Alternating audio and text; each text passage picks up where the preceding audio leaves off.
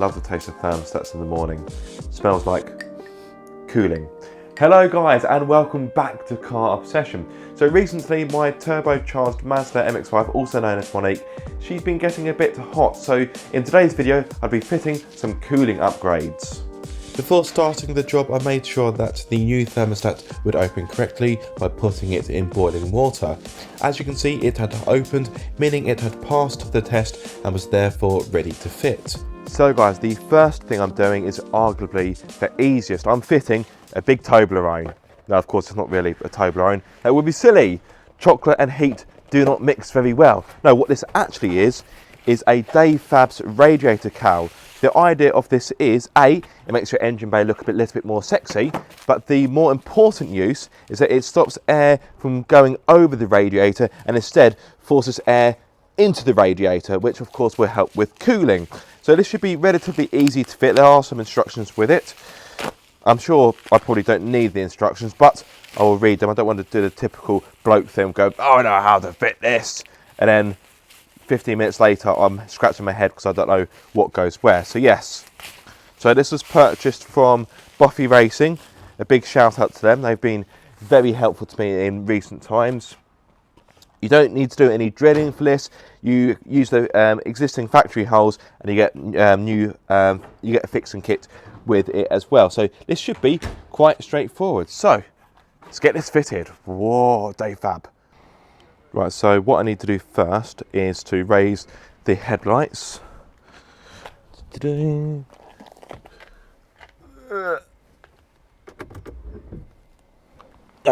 Nice and easy.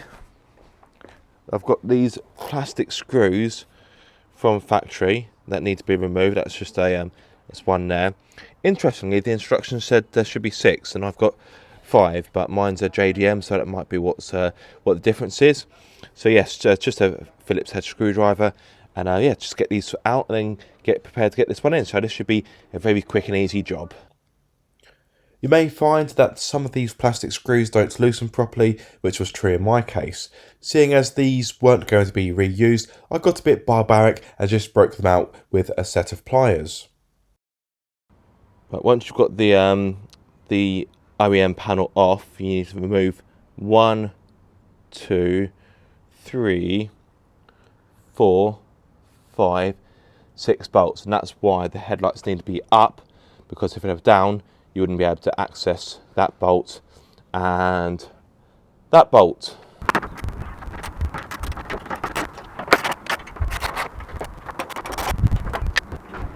As per the instructions, I applied a bit of grease to the mating area, giggity, to help the spacers stay in place, but you can use glue as well. Right, I think I've been able to do it without disturbing the spacers, which is great news because I had a feeling this part was going to be a bit fiddly. Right, 1, 2, 3, 4, 5, 6.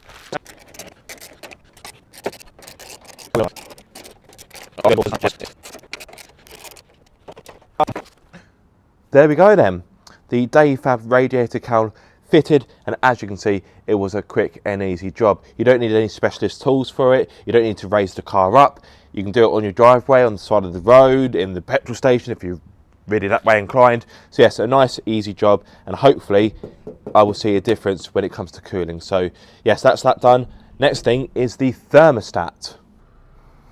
So as you can see, I've taken the under tray off, which you don't really need to do as part of this job. It just may make it a little bit cleaner for when you're draining out the old coolant. Speaking of which, as you can see, I've got an aftermarket alloy radiator, and that's the drain bung there, which I believe is 24mm. If you have an OEM Mazda radiator, you'll have a plastic screw, which you need to be careful with. You can use a Phillips head screwdriver, but it is plastic, so don't go mad on it because it's bound to be a little bit brittle and you could break it. So yeah, that's my one. Like I said, I've got an aftermarket radiator, which is fitted by MTech Automotive. So yes, I need to undo that, let the coolant run out, then yeah, get ready to replace the thermostat.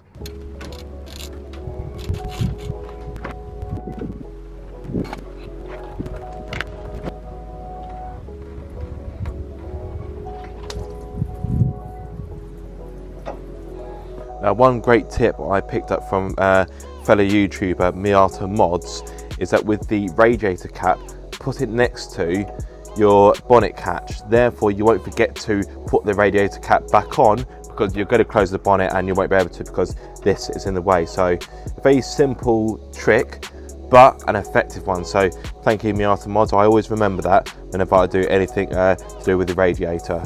Good stuff. So this is the thermostat housing here. You've got a 12mm bolt just here, and underneath you've got a 12mm nut, which you can't really see, but it's just underneath this coolant hose. So yep, crack those off and I should have access to the thermostat.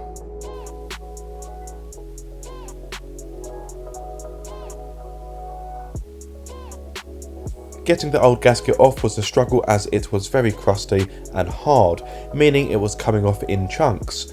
Sadly, the plastic scraper I'd bought from Amazon was as sturdy as a house of cards, so this was more of a hindrance than a help. Yeah, that was a bit more of a faff than I would have anticipated. I just need to remember how that went in. So it was like that. Right, so that's the old thermostat removed. We'll test that a little bit later in some hot water. Now I think, let me show you on camera. I think that is an original thermostat. I may be wrong, but I've got a feeling. I wonder if that's one from factory. Who knows? But anyway, all I do know is that it will be going in the bin at some point after I've tested it for scientific purposes. So, not quite ready to put the new thermostat in. The reason being that you've still got loads of old gasket around here. That's actually quite thick on that side. I'll be honest, I wasn't able to get everything off, but after some time I must admit I was losing the will to live. So with that, I installed the new thermostat, making sure it was orientated the same way as the old one. Of course, after that it was time to fit the new gasket. Now, there will be some debate whether or not to use gasket sealer. I seeked advice from one of the technicians I work with. I work in a car repair garage, in case you guys don't know, and he advised just to leave it as it is, so I didn't apply any gasket sealant. I then refitted the nut and bolt, making sure to tighten them down evenly before torquing them to 20 Newton meters. After that, it was time to add the coolant, of which 6 litres were required, yet of course the expansion tank also saw new fluid. I then ran Monique up to temperature, making sure the heating was on to help the coolant circulate around the system. Now, to add some context, another thing I've ordered from Boffy Racing, amongst a few other things, as you can see, is this, when I get it out of the box. VP Racing Stay Frosty High Performance Coolant. As you can see, it's still in the bottle and still in the bag. You may be wondering, Aaron, why aren't you using that? Well, without boring you too much, Monique is going back to M-Tech Automotive for a bit of a checkup, just tweaking a few bits, and as part of that, they're going to be dumping out the coolant, so there's no point in putting this coolant in today, only for it to be dumped out. So I've just used OEM coolant for the time being, and yeah, that coolant will go in at a later date. So the radiator cowl is done, the thermostat is done, and the last thing for today's cooling maintenance, or upgrades should I say, is this, a turbo blanket. This is something I wish I kind of had fitted previously, because it probably would have saved my OEM washer bottle, which as you can see is no longer there. Rest in peace. Yeah, that melted. I've now got a Davefab relocation kit, which is on the offside of the vehicle. So hopefully fitting this turbo blanket, which is from Funk Motorsport, I'm sure many of you have heard of them, should be relatively simple, if not maybe a bit fiddly. So I have got the challenge of a strut brace in the way.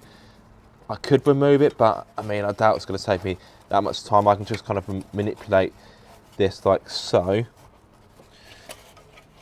Now, the reason why I'm fitting a turbo blanket is because, as I'm sure you're aware, a turbo generates a lot of heat, and yeah, when I've been doing track days, when I lift up the bonnet, it's like opening up an oven. the heat that comes from this area is insane. So yeah, let's get that under control. Like I said, I will be fitting this turbo blanket. Right, there we go. Right, that's quite a nice snug fit. You do have spring clips to go with this. Some people do prefer using like mechanical wire. I'm going to use these spring clips because if they're good enough for Funk, then they're good enough for me. Yes, I know you can't really see what I'm doing, but this isn't a tutorial, and to be honest, it would have been very difficult to get any decent angles anyway. Now I know you couldn't really see what I'm doing, but it's just the kind of thing that would be too difficult to film, and to be honest, it's quite a relatively simple thing to do. So you've got the two anchor tether points there, so one there, one there. The other one is just down there, where you can see the spring is going. And this one, that's the hardest one to really get an eye on. But where is that one? That one, I think, is kind of underneath the turbo. But yeah, nice and secure. And that should dramatically reduce the engine temps. Well, sorry, the temperature in the engine bay. So yes, a pretty productive morning. Radiator cowl, thermostat and the turbo blanket. Now before I go, I did say I would test the old thermostat, so I put that into boiling water and it barely opened, confirming my thoughts that the thermostat had failed. So my diagnosis seems to be correct. So guys, that is the end of the video. A big thank you to Boffy Racing. As always, their service has been absolutely fantastic. So thank you guys, keep doing what you're doing. And of course, a big thank you to you guys watching. If you have found it useful or enjoyable or helpful, be sure to like, comment and subscribe. If you are subscribed, don't forget to click the bell icon so you get notified every time I make a video. But until the next time guys, be sure to keep up the car obsession.